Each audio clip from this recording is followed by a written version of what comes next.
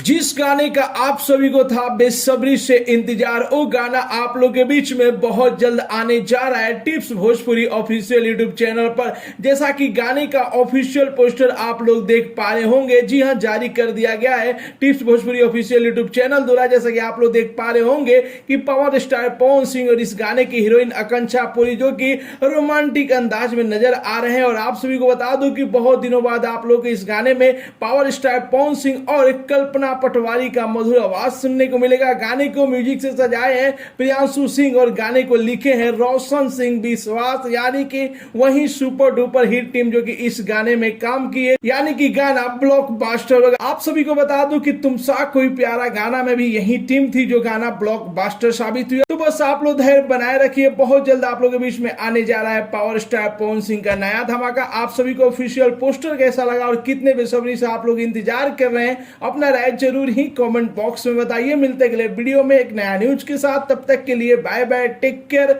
Jai Hind.